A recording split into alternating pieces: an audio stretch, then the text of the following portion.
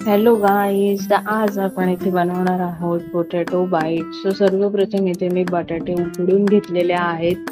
त्याच्यानंतर त्यामध्ये कॉर्नफ्लावर थोडासा, 1 चमचा कॉर्नफ्लावर घेतला तर 3 चमचे मैदा असं मी ऍड केलेला आहे.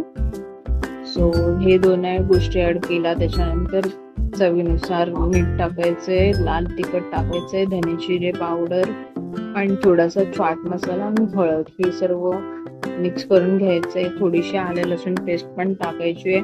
हे सर्व पीठ मळून घ्यायचंय. त्याची आडवी लाट तयार करून घ्यायची आहे. त्याला नंतर त्याचे छोटे छोटे स्क्वेअर शेप मध्ये, नाही तर तुम्हाला जसा पाहिजे त्या शेप मध्ये तुम्ही कटिंग करून घेऊ शकता. सो इथे मी असे केलेले आहेत आणि डिझाईन म्हणून फोकनी त्याच्यावरती प्रेसिंग दिलेला आहे.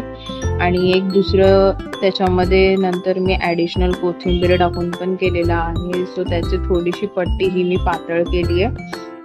सो त्याचे पण असेच सेम शेप मध्ये मी डिझाईन मध्ये केलेला आहे. तुम्ही वेगळ्या प्रकारे करू शकता. सो मस्त असे क्रिस्पी फ्राय करून घ्यायचे आहेत मीडियम फ्लेम वरती. एकदम मस्त क्रिस्पी होतात हे आणि टाइमपास म्हणून एकदम बेस्ट रेसिपी आहे.